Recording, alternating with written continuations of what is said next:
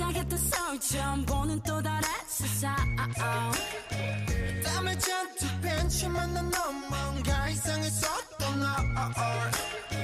난다 됐어 너 변했어 우리 대화는 숙제 같았지 하루는 바빠 하루는 벤치 I just wanna understand Hello my everything 우리 서로 mystery 그래서 더 특별한 걸까 언젠가 이 함성 멎을 때 hey.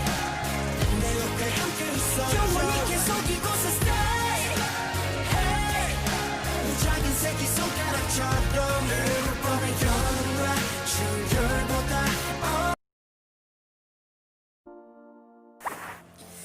Baiklah, dalam kesempatan kali ini saya akan mencoba menjelaskan tentang perang di Maluku, yang mana dalam penjelasan kali ini saya akan membahas dua poin.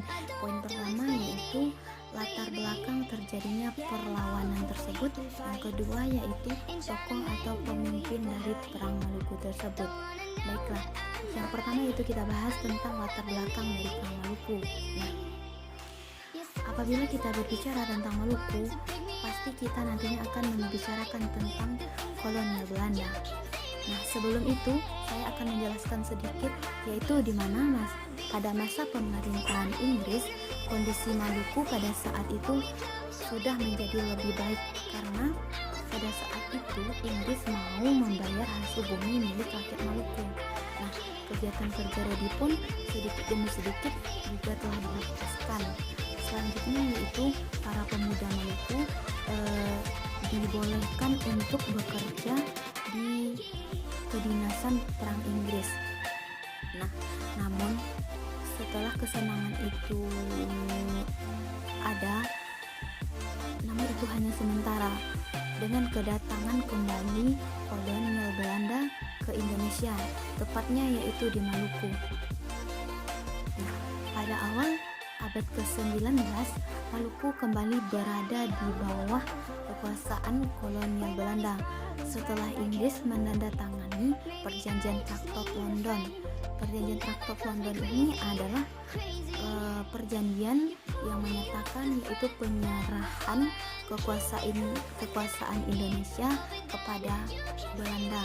Nah, setelah terjadinya perjanjian Traktat London itu, khususnya Maluku telah menjadi atau telah diambil alih lagi oleh Belanda. Nah, dengan Belanda telah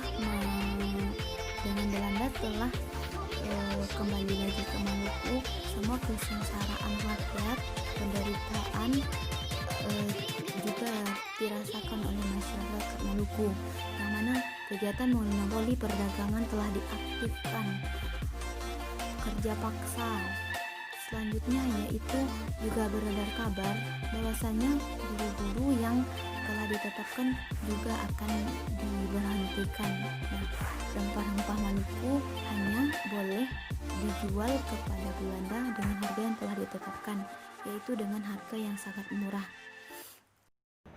Tindakan sewenang-wenang yang dilakukan VOC di Maluku kembali dilanjutkan oleh pemerintahan kolonial Hindia Belanda setelah berkuasa kembali pada tahun 1816 dengan berakhirnya pemerintahan Inggris di Indonesia, yaitu tahun 1811 sampai 1816.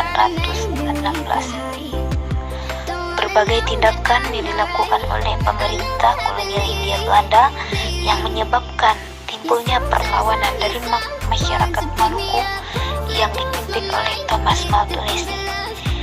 Di sini ada beberapa latar belakang yang telah kami simpulkan.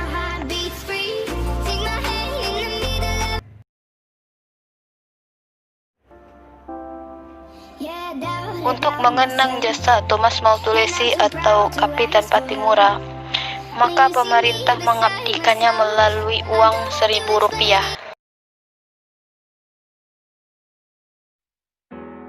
Baiklah, materi kedua yang akan saya jelaskan yaitu tokoh atau pemimpin dari Perang Maluku. yang mana kita tahu bahwasanya setelah kedatangan kolonial Belanda ke Maluku pada tahun 1817 membuat masyarakat resah karena baik itu di segala bidang mengalami kekacauan seperti bidang politik, ekonomi, dan sosial. Nah, karena saat itu ada keinginan dari masyarakat untuk mengangkat seorang panglima perang yang sering kita kenal dengan Thomas Maltulesi atau Kapitan Katimura. Nah, Kapitan Katimura diangkat sebagai pemimpin perang Maluku karena dia memiliki sifat kesatria yang mana dia mampu menjadi sebagai panglima perang. Karena kepiawaian dari Kapitan Patimura, dia bisa mengkoordinasikan semua perlengkapan seperti bahan pangan dan benteng-benteng pertahanan yang akan diperlukan. Di dalam satu perang tentunya diperlukan sesosok seorang pemimpin atau panglima untuk menyusun strategi melawan penjajah. Begitu juga dalam perang Maluku, yang mana di perang Maluku tersebut dipimpin oleh seorang panglima yang gagah berani yang dikenal dengan Kapitan Patimura atau Thomas Maltulesi. Di dalam melawan kolonial Belanda pada saat itu, Thomas Maltulesi dibantu oleh para panglimanya, antara lain yaitu Malhiur Kasaulia, Antoni Rebok, Philip Latumahina, dan Ulupaha. Pertempuran itu menghancurkan pasukan Belanda dengan direbutnya benteng Belanda Dorstad di Saparua. Dengan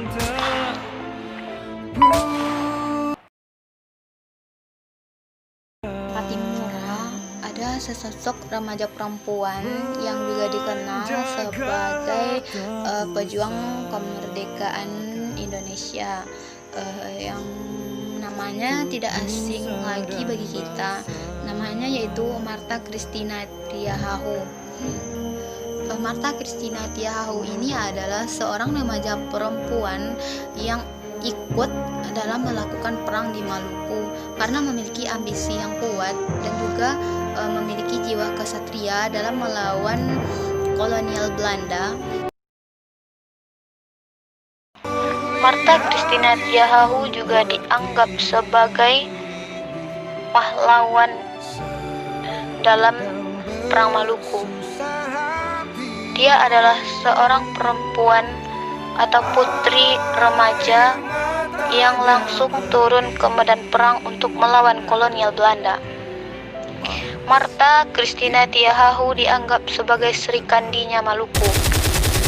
Dia memiliki ciri khas rambut yang panjang terurai dengan diikat sehelai kain benang yang berwarna merah yang mewarnai atau melihatkan bahwa dia memiliki jiwa pemberani.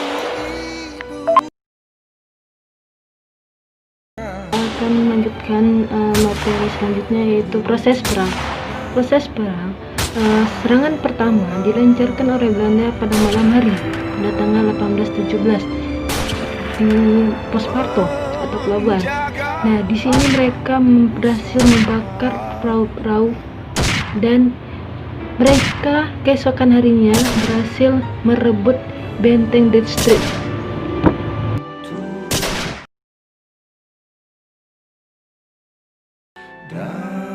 Baiklah, di sini saya akan menjelaskan tentang benteng Dorstad. Benteng Dorstad dibangun pertama kali oleh Portugis pada tahun 1676, kemudian direbut dan dimanfaatkan dan dibangun kembali oleh Gubernur Ambon, yaitu Mr. N. Sanghen pada tahun 1691. Nah, benteng Dorstad berfungsi sebagai bangunan pertahanan serta pusat pemerintahan VOC selama menguasai wilayah Saparua pada 16 Mei 1817. Nah, benteng ini diserbu oleh rakyat Saparua di bawah pimpinan Kapitan Patimura. Seluruh penghuni benteng tewas kecuali putra Raden yang bernama John van den Berg. Baiklah, di sini saya akan melanjutkan yaitu Raja Maluku mengerahkan rakyatnya untuk menyerang benteng Selandia. Belanda berusaha dan merobosnya kepungan rakyat dan melanjutkan perjalanan ke Saparua. Terjadilah perang sengit di Saparua dan berhasil menewaskan Mayor Betes dan benteng Gulstedt yang berhasil dipertahankan. Baiklah, saya akan melanjutkan materi ini dari materi sebelumnya, itu pada tanggal 19 Mei 1817 Belanda berusaha merebut kembali benteng Gulstedt dengan bantuan dari Ambon. Nah, pasukan ini dipimpin oleh Mayor Denges datang dari Ambon. Nah, kekuatan dipusatkan di benteng Zelandia dan pasukannya dipimpin oleh Patimura dan berusaha menggagalkan bantuan tersebut. Baiklah, di sini saya akan menjelaskan materi terakhir yaitu akhir perang. Nah, di akhir perang ini di sebuah rumah di Sirisori, Kapitan Patimura dibawa oleh pasukan Belanda ke Ambon. Lalu mereka memaksa Patimura untuk bekerja sama dengan pemerintah Belanda. Namun Patimura menolaknya.